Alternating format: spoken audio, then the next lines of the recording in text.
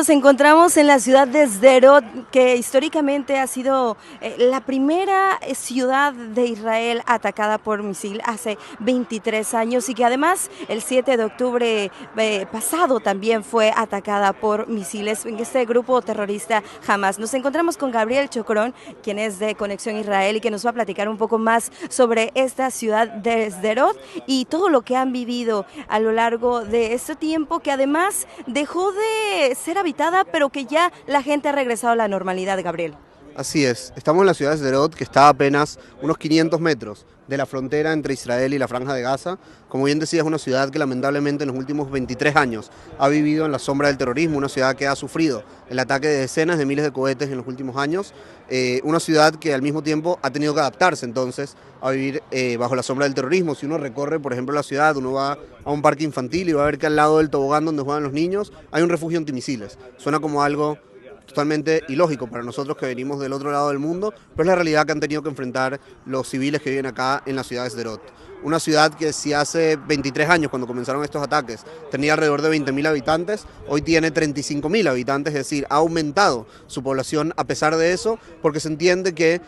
la mejor respuesta ante quienes dicen que quieren borrarnos del mapa, que quieren destruirnos, es multiplicar la vida y decirles, este es nuestro hogar y de aquí no nos vamos. Ahora, dentro de todo eso hay que destacar dos cosas que también son muy importantes. En primer lugar, que a pesar de esta resiliencia, viene también con dificultades. Nosotros sabemos que más de la mitad de los niños de esta ciudad, de los niños de Sderot, sufren de estrés postraumático, que no es casualidad, sino que es consecuencia de esto de vivir constantemente bajo el fuego de cohetes, bajo la amenaza del terrorismo. Y la segunda cosa es que el día 7 de octubre hubo algo diferente acá, porque si hasta ahora habían sido atacados con cohetes de forma constante, el 7 de octubre también dispararon cohetes, pero además los terroristas Hamas, al romper la frontera entre la Franja de Gaza e Israel, lograron invadir esta ciudad y habían acá terroristas Hamas circulando prácticamente de forma libre por las calles, disparando a la gente que estaba circulando por las calles, asesinando a familias, asesinando a policías que estaban acá en la ciudad, y fue por supuesto un trauma mucho más grande que cualquier otra cosa que había vivido la ciudad. Ahora, en los primeros meses de guerra la ciudad había sido evacuada después de lo que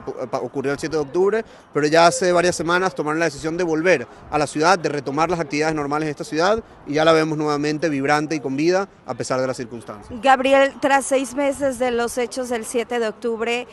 ya la ciudad prácticamente ha retomado,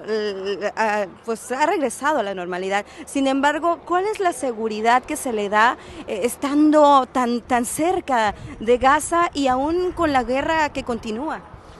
Yo creo que esa es la principal razón por la que la guerra aún no ha terminado. Porque en realidad la gente que vive en esta zona de Israel y en general en el país quiere que lo que pasó el 7 de octubre no pueda volver a ocurrir. Y para que eso no pueda volver a ocurrir, lo primero que tiene que pasar es que Israel desmantele la infraestructura terrorista de la organización terrorista Hamas en la Franja de Gaza, algo que no habían hecho a pesar de los constantes ataques. En los últimos años, una y otra vez habíamos tenido que llegar a un cese del fuego prematuro con esta organización terrorista, y esta vez Israel está decidido a acabar con la organización terrorista Hamas.